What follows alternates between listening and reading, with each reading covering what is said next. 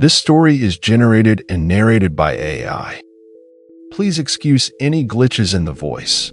And if you spot anything strange, let us know in the comments. Have you ever picked up a passenger and realized they weren't supposed to be there? Welcome to Whispers in the Shadows, where we dive into urban legends, ghost passengers, and the horrors hiding in plain sight. People think driving for rideshare at night is dangerous because of who might get into your car, but sometimes it's about who never gets out.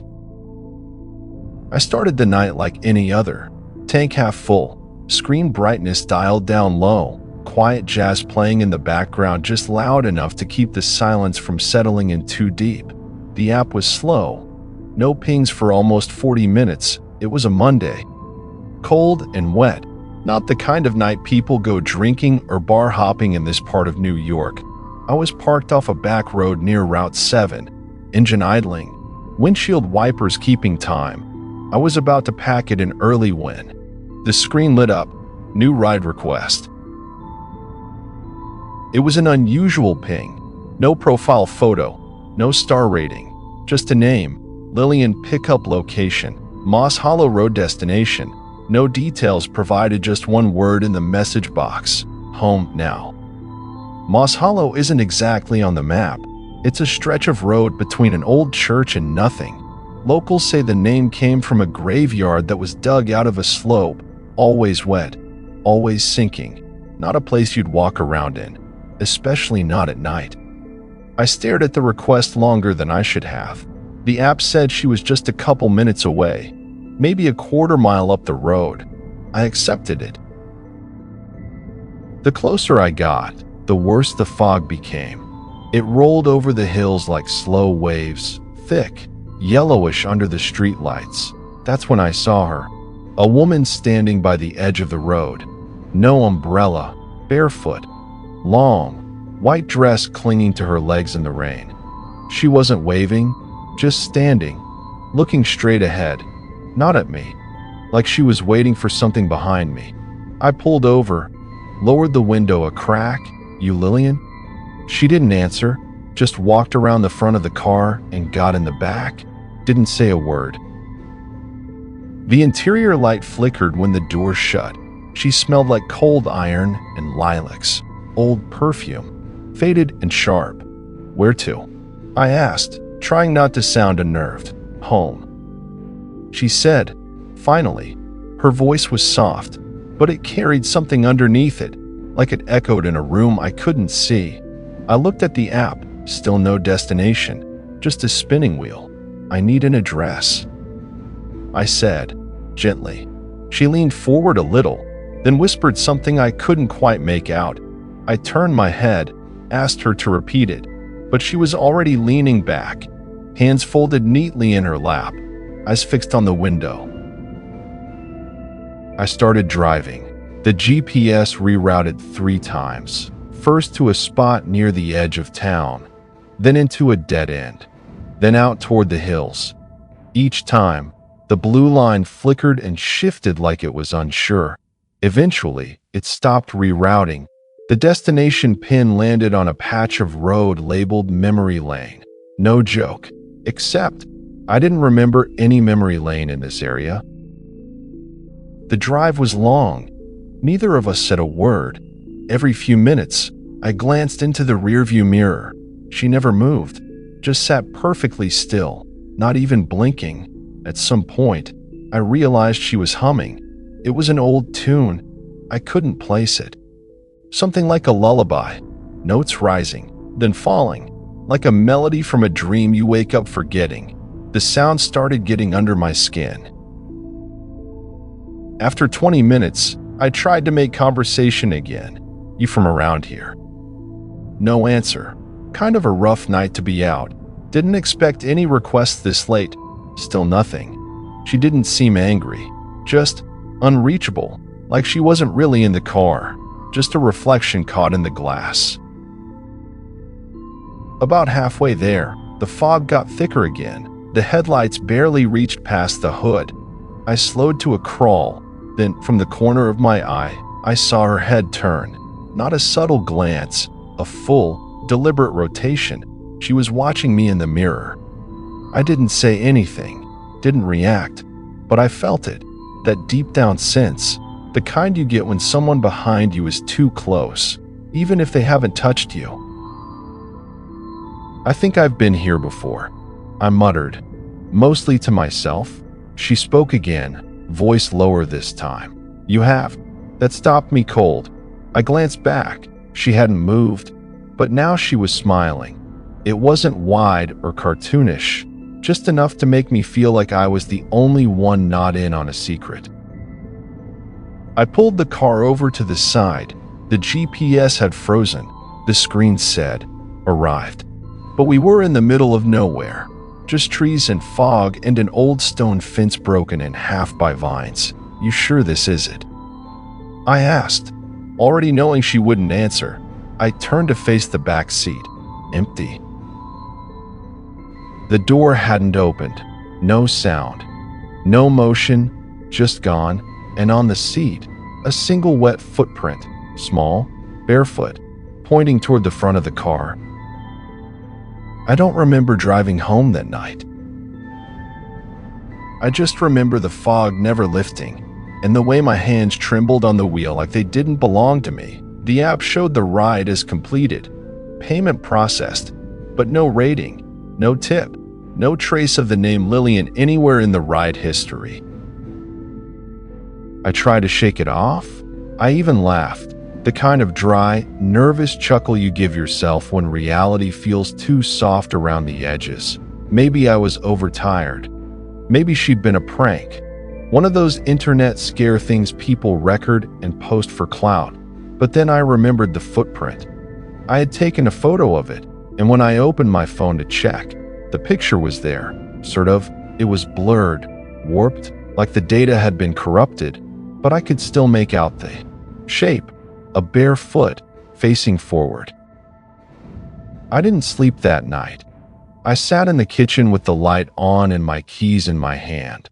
I kept waiting for a knock at the door or for the sound of the passenger door opening again. Nothing happened. Not then.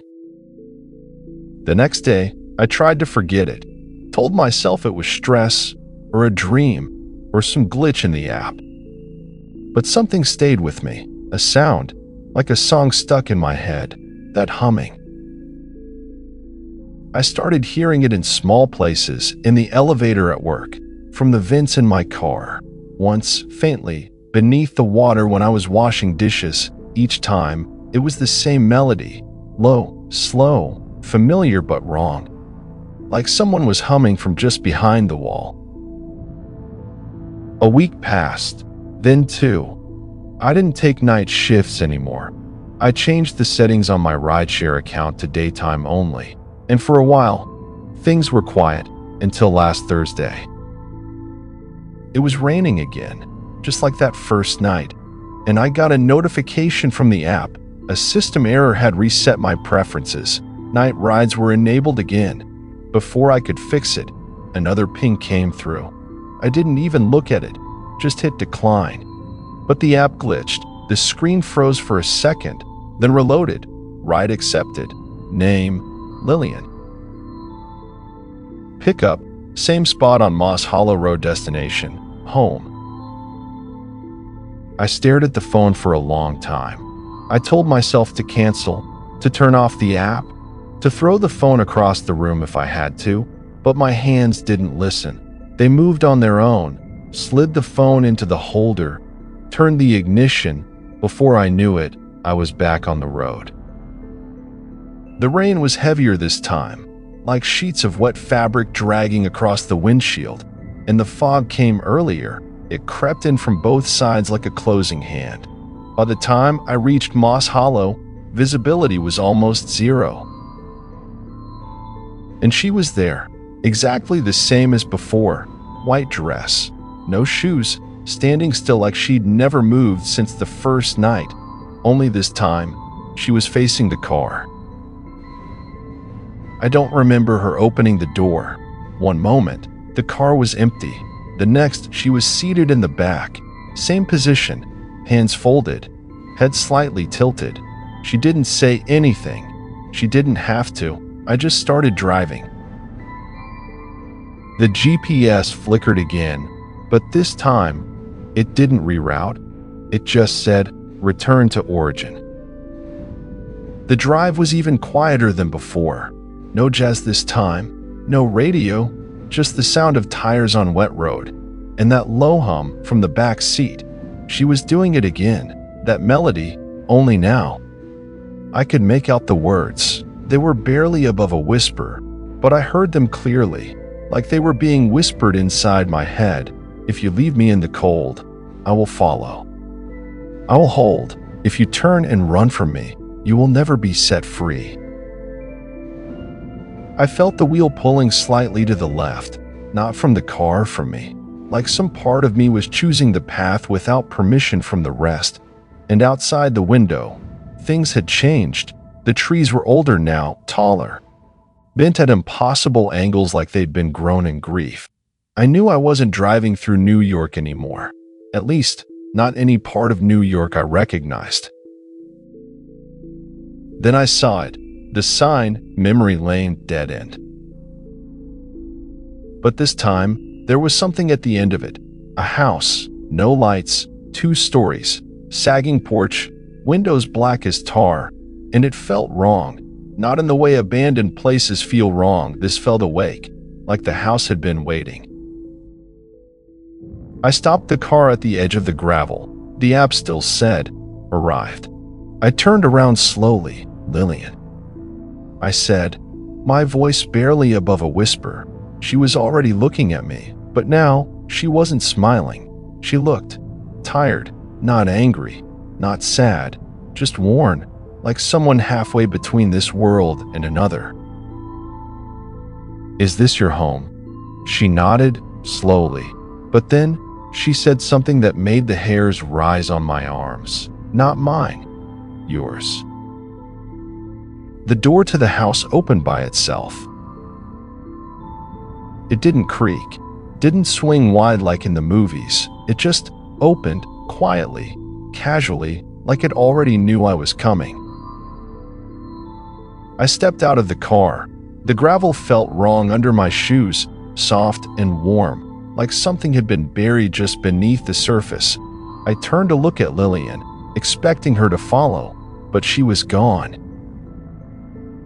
The back seat was empty. The door was still shut, but the air smelled faintly of roses and rot. I should have left. I know I should have left, but I walked toward the house anyway, one step at a time, like I was being drawn into it. The porch groaned under my weight. The windows didn't reflect anything, not the trees, not the car, not even me. The inside was dark, but not completely. A faint light glowed from somewhere deep within, pale, bluish, flickering, like a candle that couldn't decide if it wanted to live or die. I stepped inside, and the door closed behind me. The house smelled of mildew and something older, not decay, but memory, a kind of scent that clings to old photographs and forgotten clothes, dust layered so thick it feels like skin. The floorboards creaked beneath every step, but not in rhythm with my feet. I'd step once and hear 2 creaks. I paused, stepped again, 2 creaks again. It was like something was walking beside me, but I couldn't see it. Then I reached the hallway and saw the photos. Dozens of them, lining the walls, black and white, sepia-toned, color-faded. All of them were of people in cars, drivers, passengers, back seats. Some were smiling, some were crying, some looked straight into the camera like they knew they were being watched. One photo made me stop, because it was me, sitting in my car, same hoodie, same look of quiet unease. But it wasn't from the first night, it was from this one. I hadn't taken any photos. I hadn't seen anyone else do it, but there it was, already framed, already yellowing at the edges. I backed away, and the floor gave out beneath me. I fell, but not like falling downstairs or through a rotten plank. This fall was silent, a plunge through darkness, no sensation, no wind, just a long, quiet descent like being lowered into water.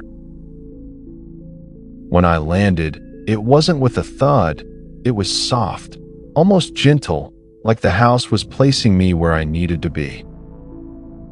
I was in a room, round, windowless. The walls were lined with mirrors, but none of them reflected anything. No light, no image, just a deep, silvery shimmer that seemed to watch rather than reflect. And in the center of the room was her.